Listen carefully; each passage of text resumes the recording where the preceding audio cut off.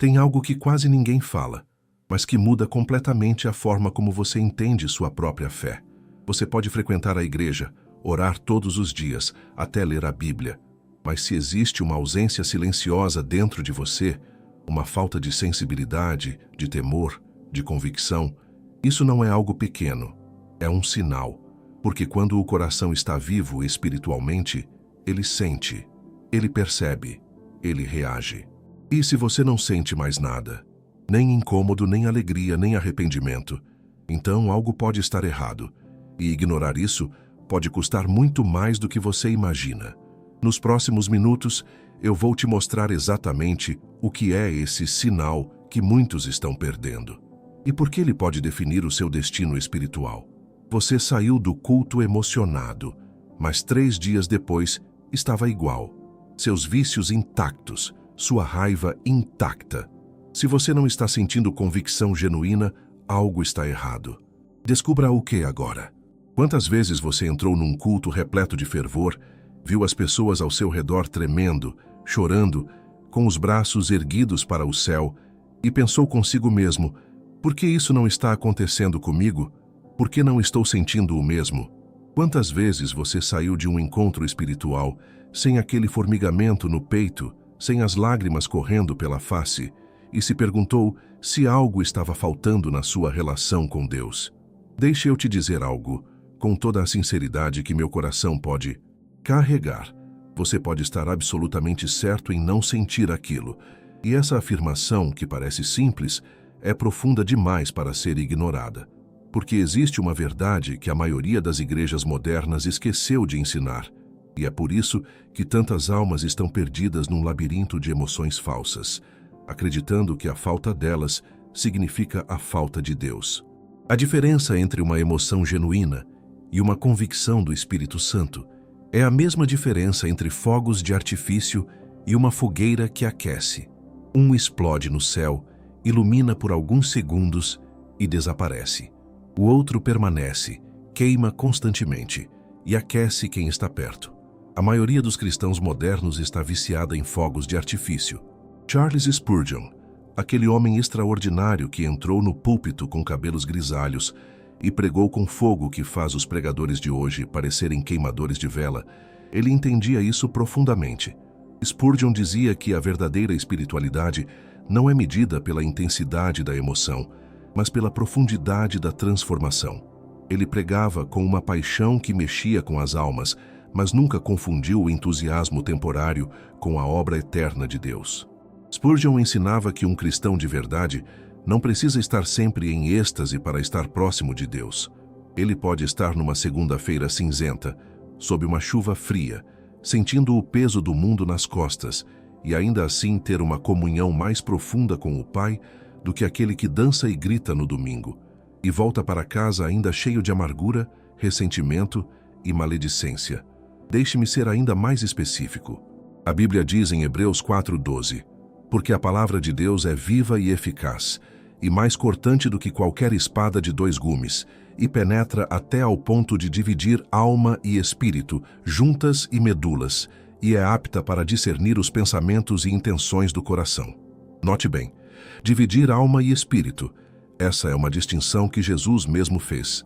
Alma é emoção. Espírito é presença de Deus. Quando você está num culto emocionante e a música toca numa ferida que você carrega há anos e você chora sem controle, isso pode ser alma. Quando uma verdade bíblica o confronta tão profundamente que você percebe que precisa mudar sua vida, precisa abandonar um pecado, precisa pedir perdão a alguém, isso é espírito. Parece sutil? É. E é justamente por ser sutil que tantos cristãos se perdem nessa confusão, achando que todo sentimento forte é obra do Espírito. Aqui está o grande perigo, irmão.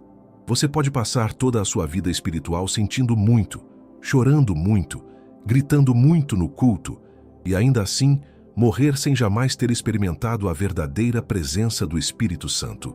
Porque o Espírito Santo não vem apenas para nos fazer sentir bem, ele vem para nos convencer, nos corrigir, nos transformar e nos guiar à verdade. João 16:8 diz, e quando ele vier, convencerá o mundo do pecado, da justiça e do juízo. Convencer, expor, confrontar. Isso não é sempre uma experiência emotiva agradável.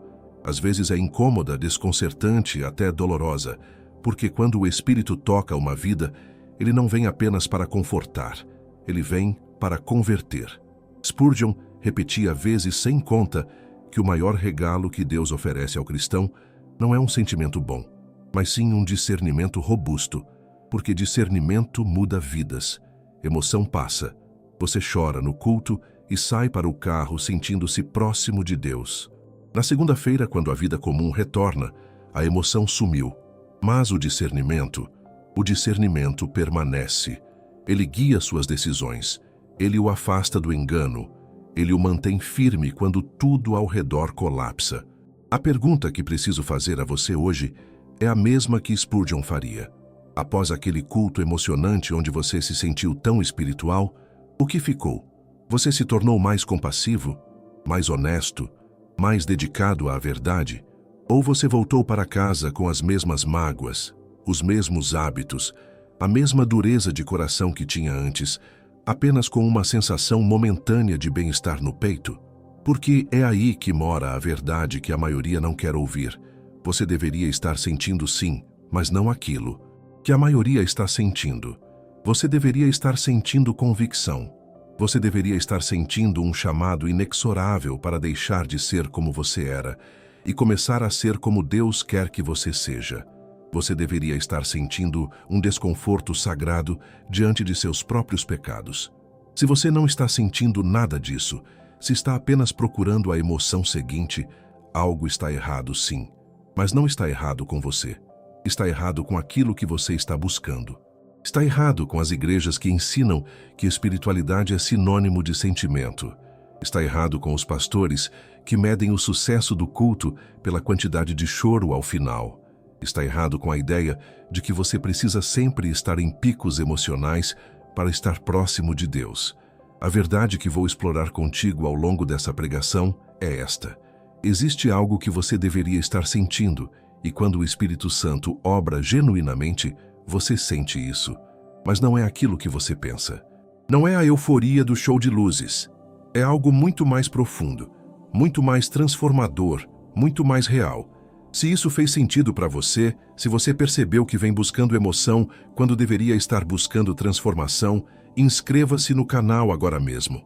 Aqui trazemos pregações sem filtros, sem entretenimento vazio, apenas a verdade crua da palavra de Deus para a sua vida prática. Clique no sino para não perder nenhuma delas. E há algo especial que preparei para você. Se você quer ir além dessa pregação e cultivar uma intimidade real com Deus, sem dependência de emoções momentâneas, confira o nosso e-book 21 dias para restaurar sua intimidade com Deus.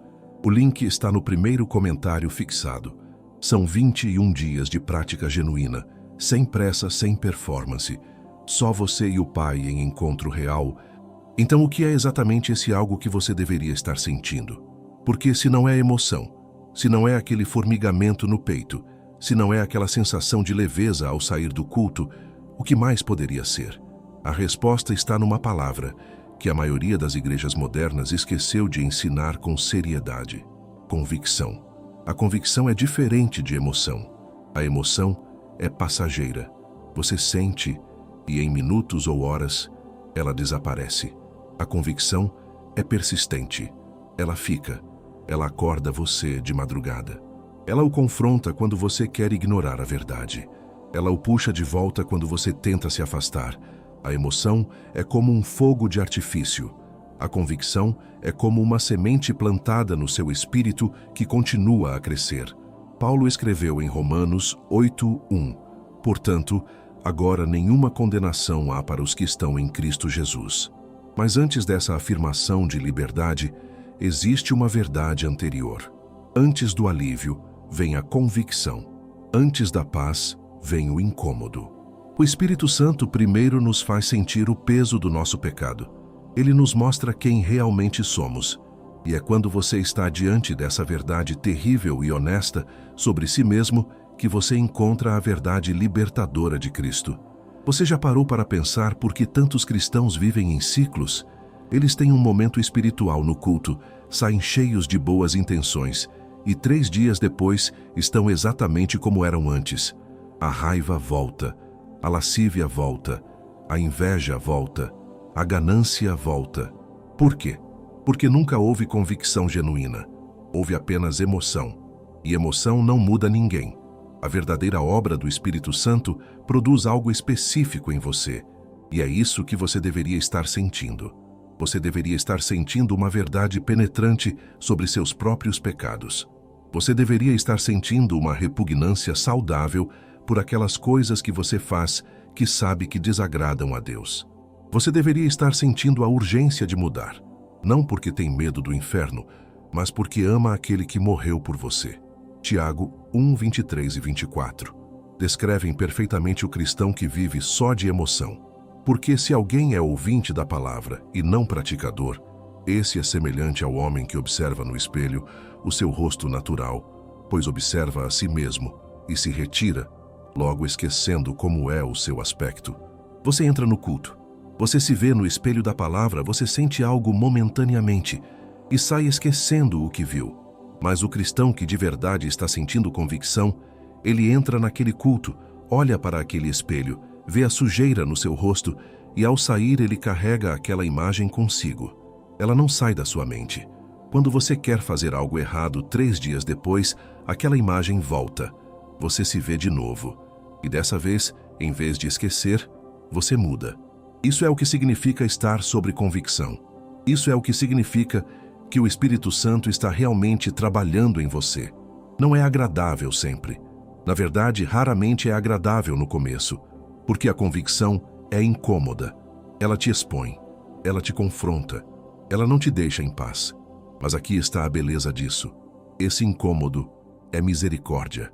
Quando você não sente mais incômodo com o pecado, quando você consegue fazer coisas erradas e simplesmente prosseguir sem qualquer peso na consciência, é aí que você deveria ficar assustado, porque significa que a voz do Espírito virou apenas um sussurro que você aprendeu a ignorar. E um sussurro ignorado por tempo demais simplesmente cessa de soar. Considere Efésios 4:30. E não entristeçais o Espírito Santo de Deus, no qual estáis selados para o dia da redenção. Entristecer o Espírito. Você já pensou nisso dessa maneira? O Espírito Santo tem sentimentos em relação ao que você faz. Quando você peca, ele se entristece. E você sente isso? Aquele peso no peito, aquele incômodo que não sai, aquela sensação de que algo está errado entre você e Deus? Isso não é condenação. Isso é o Espírito Santo te dizendo: querido, você me feriu. A tristeza do Espírito é diferente da condenação de Satanás. A condenação sussurra: você é tão ruim, você nunca vai mudar, Deus nunca vai te perdoar. A tristeza do Espírito diz: o que você fez foi errado, mas eu ainda te amo, volte para mim. Uma te paralisa, a outra te restaura. Então, quando você sai de um culto e não sente absolutamente nada, quando a pregação não te toca, quando a palavra de Deus não dispara nenhuma convicção no seu peito, quando você consegue ouvir uma verdade poderosa e simplesmente seguir adiante como se nada tivesse acontecido, algo está errado sim. Mas não é com você como pessoa. É com sua sensibilidade espiritual. Sua sensibilidade espiritual é como um ouvido. Se você passa tempo demais exposto a barulhos altos, seu ouvido vai se acostumar e você vai deixar de escutar coisas que antes ouvia claramente. Da mesma forma, se você passa tempo demais buscando emoção, insensibilizando sua alma com experiências falsas, sua capacidade de escutar a voz genuína do Espírito vai diminuindo cada vez mais. Você parou de sentir convicção quando peca porque deixou de desenvolver sua consciência espiritual. Você parou de sentir aquele incômodo sagrado porque treinou sua alma a se acostumar com coisas que deveriam a incomodar. Você se tornou cego para as coisas que você deveria ver e surdo para as coisas que você deveria ouvir. Mateus 15:8 traz uma palavra do próprio Jesus. Este povo se aproxima de mim com a boca e me honra com os lábios, mas o seu coração está longe de mim. Muitos cristãos estão nessa situação. Estão no culto com o corpo, estão participando com a boca, estão cantando com os lábios, Mas o coração está distante, e por isso não sentem, porque não há nada para sentir quando você está longe. Resgatar essa sensibilidade, restaurar essa capacidade de ser conviccionado, voltar a ser alguém que sente genuinamente a presença e a obra do Espírito Santo na sua vida, isso é possível. Mas exige honestidade. Exige que você admita que algo em você mudou. Exige que você reconheça que talvez você tenha buscado emoção quando deveria ter buscado transformação. Isso não é para te condenar, é para te despertar, porque você merece sentir a obra genuína do Espírito. Você merece experimentar aquela convicção que te tira do sono de madrugada e te faz chorar verdadeiro. Você merece ser alguém sobre quem o Espírito Santo realmente está trabalhando, não alguém que apenas frequenta cultos buscando a próxima emoção. Na próxima parte, vamos entender como recuperar essa sensibilidade que você perdeu, como cultivar um coração que está realmente aberto ao Espírito e como distinguir, de uma vez por todas, aquilo que é sua emoção daquilo que é genuinamente a presença de Deus em sua vida. Como você recupera essa sensibilidade que perdeu? Como volta a ser alguém que sente genuinamente a convicção do Espírito Santo?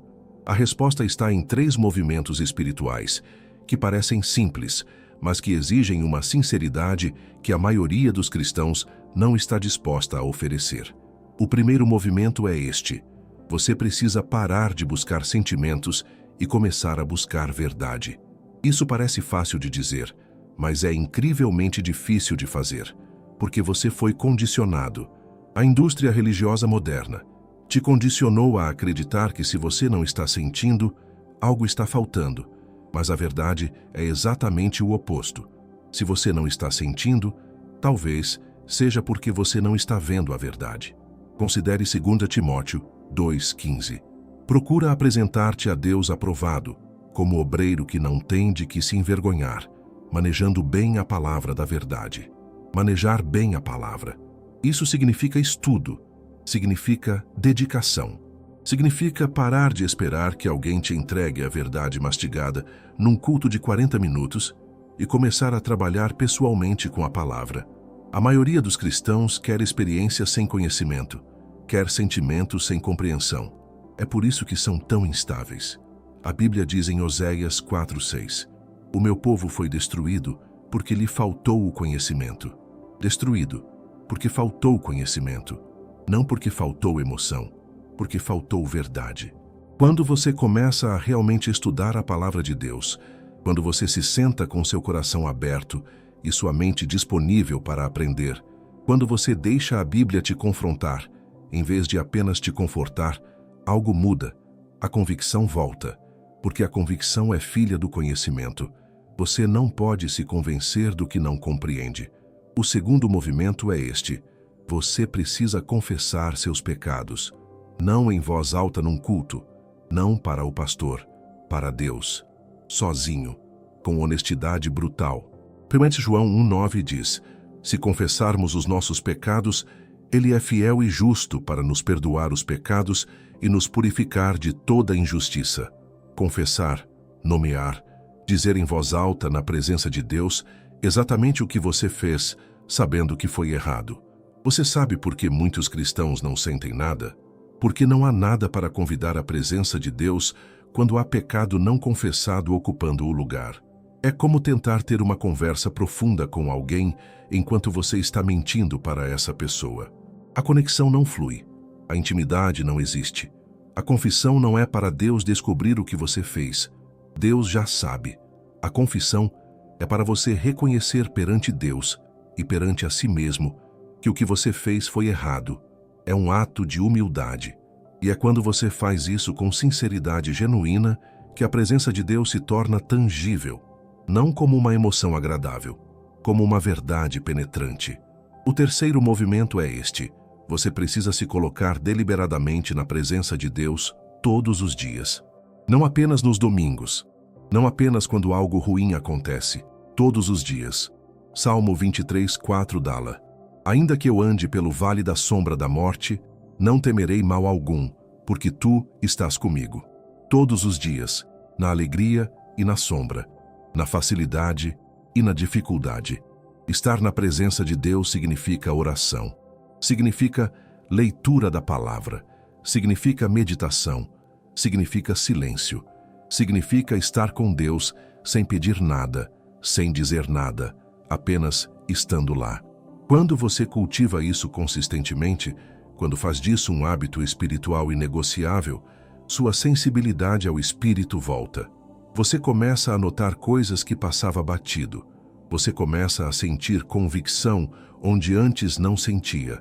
Você começa a escutar a voz de Deus sussurrando, onde antes apenas ouvia o barulho do mundo. E aquela convicção que você estava buscando, ela vai chegar. Não porque você a procurou, mas porque você voltou para perto o suficiente para ouvi-la. Agora, enquanto você está fazendo esses 3 movimentos, enquanto está estudando a palavra, enquanto está confessando seus pecados e enquanto está se colocando na presença de Deus, algo importante vai acontecer. Você vai começar a notar resistência. Você vai perceber uma luta interna. Porque quando você começa a despertar espiritualmente, quando você começa a desenvolver discernimento real, você percebe coisas que antes não percebia. Você vai perceber que aquele pastor que você admirava talvez esteja mais interessado em números do que em almas. Você vai perceber que aquela música que você amava talvez esteja mexendo mais com suas emoções sexuais do que com seu espírito. Você vai perceber que aquele amigo que você considerava uma pessoa espiritual talvez esteja vivendo uma vida dupla. E essa percepção, ela é desconfortável, porque você se sente traído. Mas essa traição, esse desconforto, essa descoberta de que nem tudo é o que parece ser, isso também é obra do Espírito. Isso também é convicção. E é por isso que você deveria estar sentindo isso. Porque quando você sente convicção genuína, você não sente apenas sobre seus próprios pecados. Você sente sobre a verdade e a falsidade ao seu redor. Você desenvolve um discernimento que não pode ser enganado facilmente. Filipenses 1:9 diz: "E também rogo para que vosso amor aumente mais e mais em conhecimento e em todo discernimento." Amor aumentando em discernimento. Entenda isso bem. Não é discernimento arrogante que critica tudo e a todos. É discernimento que cresce juntamente com o amor. É a capacidade de ver a verdade sem perder a compaixão por quem está errado. Quando você chega a esse ponto, você percebe que toda a sua busca por emoção nos cultos era uma forma de você escapar dessa realidade desconfortável. Era mais fácil se emocionar do que discernir. Era mais fácil chorar na música do que confrontar a verdade. Era mais fácil buscar a próxima experiência do que fazer o trabalho duro de realmente conhecer a Deus e ser conhecido por Ele. E é aí que você pode finalmente responder àquela pergunta que iniciou essa jornada. Você está sentindo algo? Sim. Você está sentindo convicção. Você está sentindo discernimento. Você está sentindo o incômodo sagrado que vem da presença de alguém que é infinitamente maior do que você e que te ama o suficiente para não deixar você ficar como você estava. Na próxima parte, vamos explorar como viver com essa sensibilidade despertada, como proteger aquela convicção que você recuperou e como fazer dela não um momento passageiro, mas um modo permanente de estar com Deus. Agora que você despertou essa sensibilidade, agora que você começou a sentir genuinamente a convicção do Espírito, existe um perigo muito real, porque o inimigo conhece bem o valor do que você recuperou, e ele virá por isso. Você precisa saber como proteger esse tesouro que você encontrou. Quando você começa a desenvolver discernimento real, quando você começa a notar falsidade ao seu redor, a primeira reação é querer confrontar. Quer compartilhar com todos que você descobriu a verdade. Quer abrir os olhos de todos que ainda estão dormindo. Isso é compreensível. Mas aqui está o perigo. Enquanto você está ocupado tentando despertar outros, você pode deixar seu próprio espírito desprotegido. 2 Pedro 3,17 diz: "Vós, pois, amados, sabendo isto de antemão, guardai-vos de que por erro dos homens perversos sejais levados juntamente com eles, perdendo a vossa firmeza. Guardai-vos, protegei-vos." Essa é uma ordem ativa. Você é responsável por guardar o que Deus lhe deu. E isso requer vigilância constante. Existem 3 inimigos da convicção genuína que você precisa aprender a reconhecer e combater. O primeiro é o orgulho. Quando você descobre a verdade, quando você vê coisas que outros não veem, existe uma tentação silenciosa de se sentir superior, de pensar que você é mais espiritual do que aquele pastor que perdeu o caminho, de achar que você compreende melhor do que aquele amigo que ainda está buscando emoção.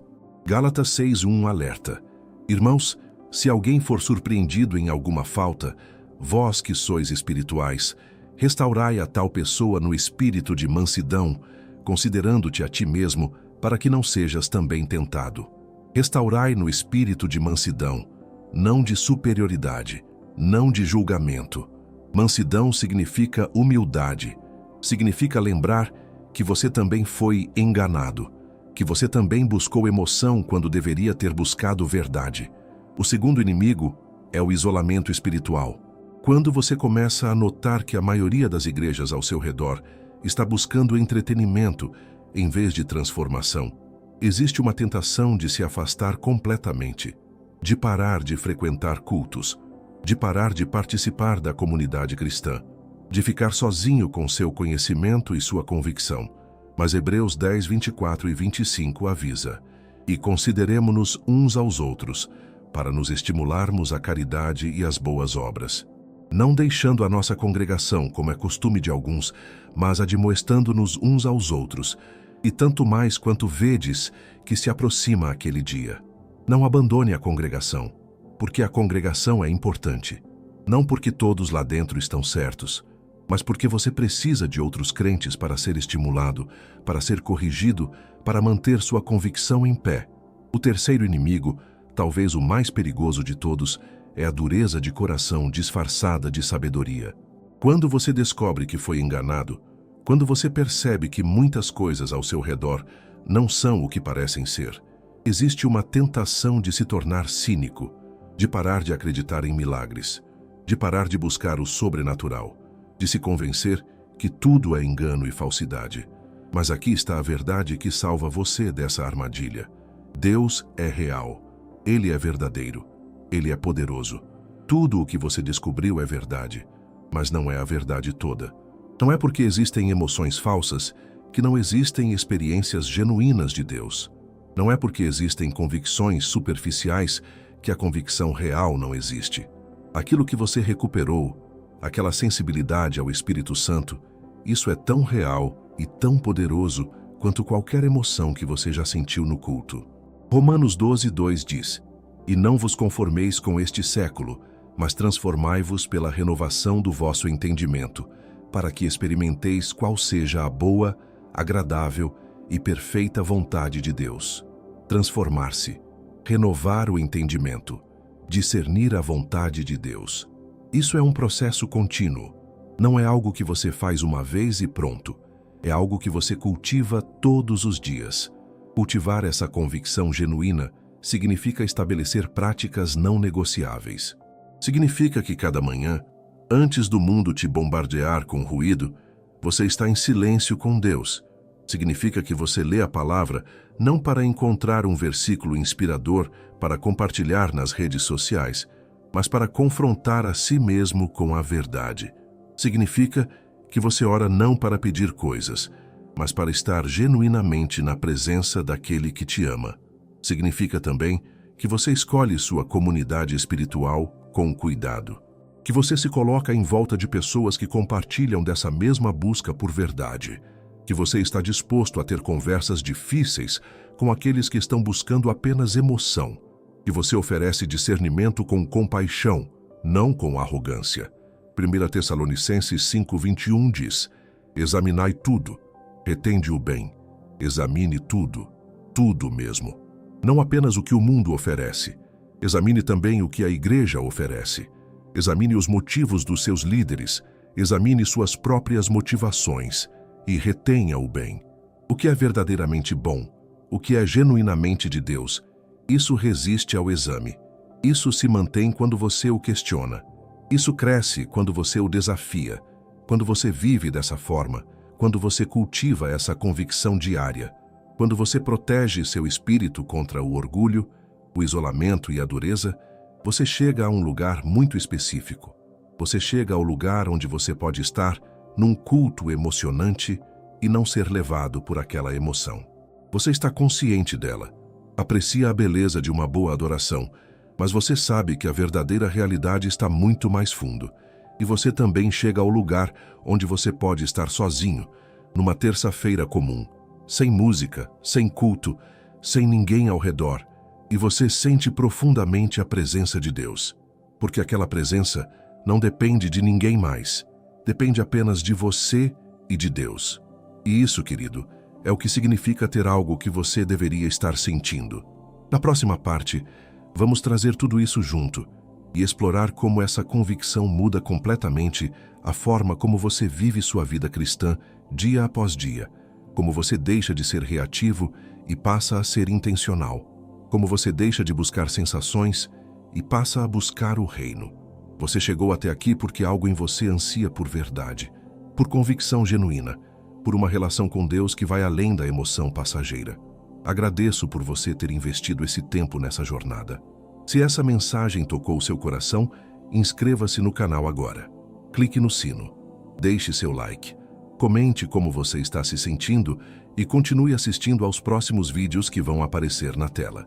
E se você está pronto para transformar essa verdade em prática diária, confira nosso e-book 21 Dias para Restaurar Sua Intimidade com Deus. O link está no primeiro comentário fixado. 21 dias que vão mudar sua vida. Obrigado. Que Deus te abençoe.